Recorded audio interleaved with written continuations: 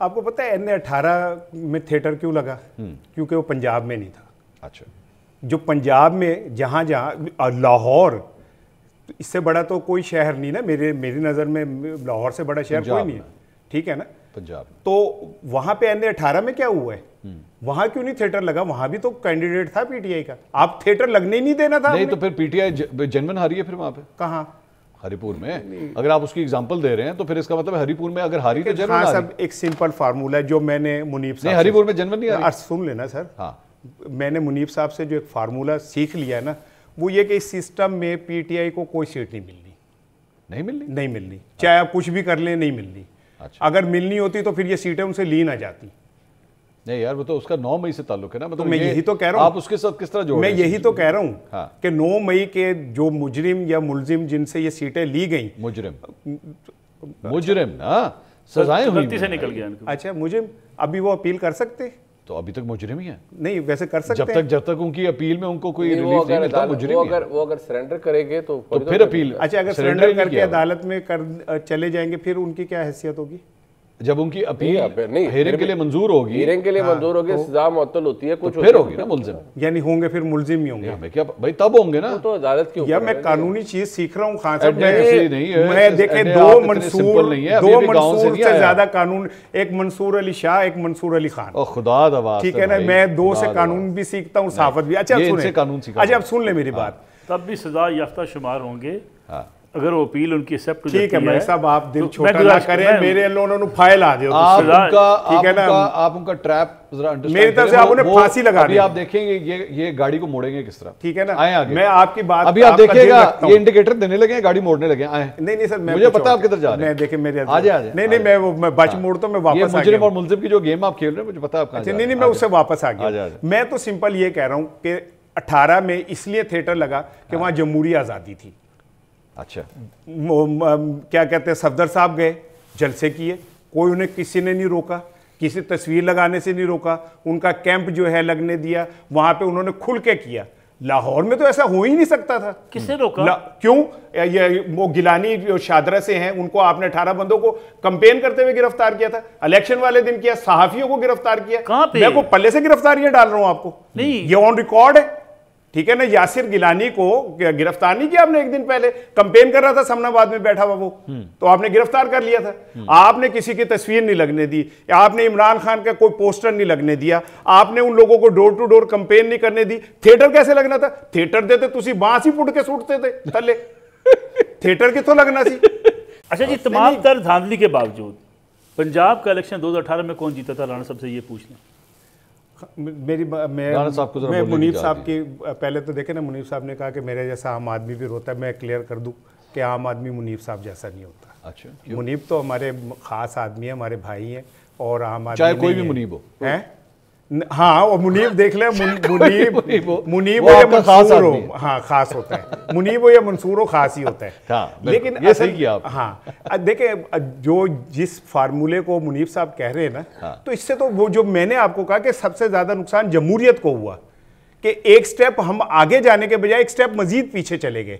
होना ये चाहिए। वो आप जरा सेटिस्फैक्शन के लिए इसमें जुमला कहते हैं कि 2018 में भी एक स्टेप पीछे गए थे। वो तो जाहिर है स्टेप एक में जब वो कह रहा हूं तो मैं कौन सा कोई डांस का स्टेप कह रहा हूं? वो वाला स्टेप बोला नहीं ना वो आप, क्योंकि मुझे पता है आप हर बात में मुझसे एफिडेविट क्यों चाहते हैं? वो चाहते हैं, कौन चाहते हैं? वो साथ जो बोले ही नहीं गए, वो अभी उम्रा करके उन्होंने तो खजूरे भी नहीं दी। मैं कैसे मानूं उम्रा किया हुआ के लिए?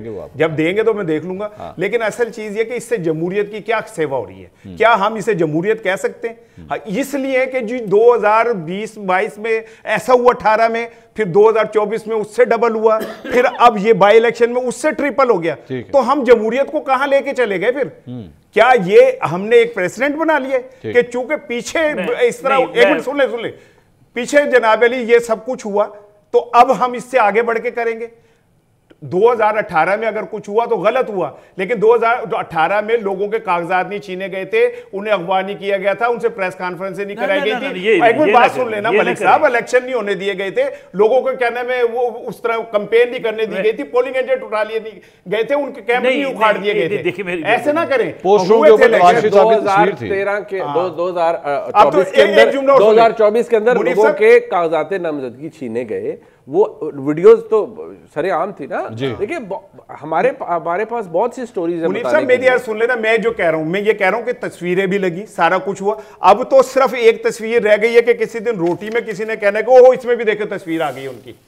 अल्लाह का कुदरत का अच्छा जी, इसी के साथ मुझे प्रोग्राम खत्म ये जो आखिर में एग्जांपल वैसे नहीं मंसूर साहब, कातिल की सजा क्या होती है?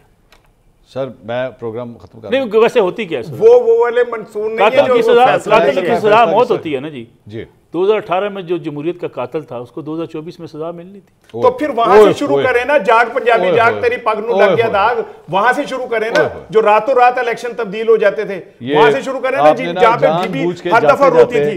देखिए वो तो खैर आगे पता चलेगा जब अगला इंतखाब जनरल होगा, लेकिन अगर हालात यही रहे तो मैं तो कोट एंड कोट ये आपको कहता हूँ कि मेरे हाल में कसर पिछली दफा की भी निकल जाएगी 2024 के इंतखाबात की। क्या मतलब कसर निकल जाएगी? What does that mean?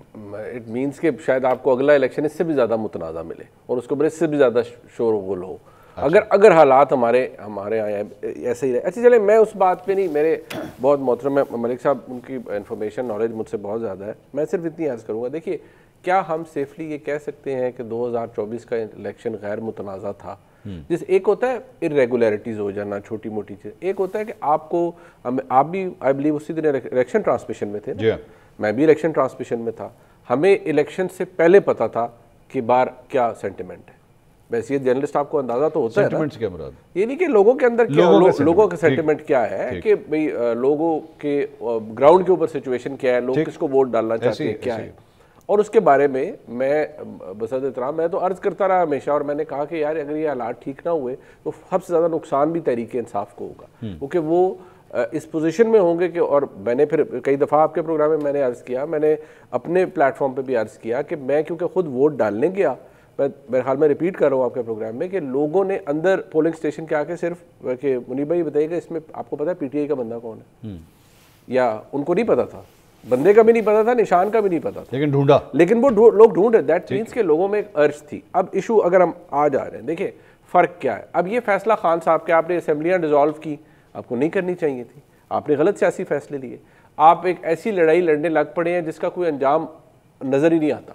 आप चाहते हैं मुल्क में इनकलाब आ जाए, वो भी आता हुआ नज़र नहीं आता। चले अब आ जाए इस इलेक्शन के अंदर, ठीक है जी, आपने एक फैसला ले लिया, आपने बॉयकॉट। अच्छा, ये आप अक्सर ये जुमला रिपीट करते हैं कि आपने गलत सियासी फैसला किया। गलत सियासी फैसला इमरान खान साहब की तरफ से हो रहा है या गलत सियासी फैसले इमरान खान की तरफ हो रहे हैं? देखिए दोनों चीजें ना, हम इमरान खान के गलत सियासी फैसलों को देख रहे हैं, उनके खिलाफ जो गलत सियासी, मिसाल के तौर पे अभी जिस तरह आपने खुद फरमाया कि सेंटिमेंट था पाकिस्तान तहरीक इंसाफ का, लेकिन नुकसान उनको ये हुआ कि जनाब उनका जो वोट था वो ट्रांसफॉर्म नहीं हो सका to bring them into power. अब ये जो इलेक्शन इतवार को हुआ है, इसके अंदर भी एक बहुत बड़ा सवालिया निशान है कि जनाब आपने पाकिस्तान तहरीक इंसाफ को सिस्टम से बाहर रखा हुआ है। अच्छा जी, वो नाराज हो गए या व्हाटएवर इज द केस, लेकिन the opposition is not there, opposition is boycotting the whole election process. Mansoor साहब, आज आपके पास एक हॉटली कंटेस्टेड सीट है NA 18, ठीक, जहां PTI के एक मजबूत खानदान उमर अयूब साहब का, उनकी एहलिया ने 1,20,000 प्लस वोट लिया है, ठीक है जी। जीतने वाले ने 1,64,000 लिया है। जीतने वाला जो आज जीता है वो 1,12,000 तो 2024 में भी ले गया था। आज हम इस बात पर एतराज कर रहे हैं कि यार उधर 1,64,000 किस तरह आ गए। वो भाई जो 2000 इतनी बड़ी वेव के बाद जो खान साहब का, जिसका मैं बता रहा हूँ, अगर उस वक्त उमर अयूब साहब ने जीता था वो हल्का, तो 1,12,000 उनके अपोनेंट ने भी लिए थे, ठीक, ये बात भी ज़हन में रखिए। अब अगर थोड़ा उसमें फ़र्क आया है, अगर आज आपके पास एक हॉटली कंटेस्टेड सीट है जिसके ऊपर हम बात करें, NA 18 जैसी, ये 7 इलेक्शंस थे, शायद सातों के सातों हो सकते थे। मलिक साहब की अपनी इन्फॉर्मेशन है, उनका अपना तजिया, मैं सिर्फ ये अर्ज़ कर रहा हूँ कि कम अज़ कम आज कोई ये कह सकता है कि जी NA 18 में मुकाबला नहीं हुआ, मुकाबला तो बड़ा जम के हुआ, ठीक। इसी तरह ये 7 हल्के जो 6 हल्के कौमी असम्बली के और 5-6 हल्के जो सूबाई है, अगर ये तो एक मिनी इलेक्शन हो जाना था। फिर बॉयकॉट करने के लिए तो खान साहब को किसी ने नहीं कहा होगा ना कि हम आपको कह रहे हैं आप बॉयकॉट कर दें, ठीक है जी। जब आप गलत, सियासतदान कौन होता है मंसूर साहब, मैं और आप सियासतदान नहीं है। पाकिस्तान तहरीक इंसाफ की जो इसके पॉइंट ऑफ व्यू है वो ये है कि जनाब आपने हर जगह हमारे सामने ऐसे रोड ब्लॉक्स खड़े कर दिए हैं चाहे वो डेमोक्रेटिक प्रोसेस हो, चाहे वो लीगल प्रोसेस हो। आप हमें बार बार हर उस सड़क के सामने लाके आपने जो है वो रोड ब्लॉक खड़ा कर दिया कि हम अब इस रास्ते पे सफर ही नहीं करना चाहते। साहब, but do you has Khan साहब गिवन इन? खान साहब भी तो इस वो अभी देखे ना, उनका सोशल मीडिया अलहदा लगा हुआ है, वो अलहदा लगे हुए हैं, डट के खड़ा है कप्तान, you know, so on and so forth, हर कोई लगा हुआ है। उसकी रीजन है, उसकी रीजन ये वो ये समझते हैं कि इवन अगर ये नंबर गेम इनके हक में आ भी जाती है, 1 मिनट के लिए एज्यूम कर लेते हैं ये 13 हल्के पाकिस्तान तहरीक इंसाफ जीत जाती, ठीक है, बैठना उन्होंने फिर भी ऑपोजिशन में था। वो एक सेपरेट डिबेट है कि आप इतने नंबर ला कर भी आपने ऑपोजिशन के अंदर बैठ, but it would have made some impact. मैं अभी भी कहता हूं जीत हार को छोड़ दें।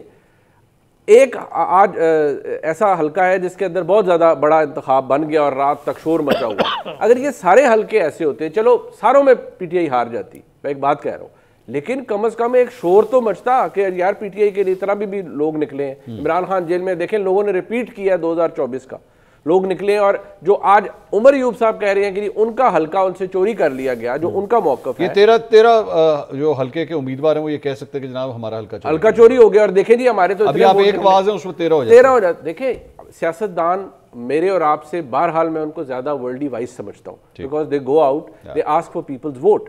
अगर आप सियासतदान है, आप कॉर्नर्ड है, अगर आप कॉर्नर्ड है किसी भी सूरत हाल में, और आप ये फैसला कर लें कि मैंने तो हिस्सा ही नहीं लेना क्योंकि सारा फर्ज है, निज़ाम सारा रिग्ड है। इसके आपको एक छोटी सी मिसाल देता हूँ।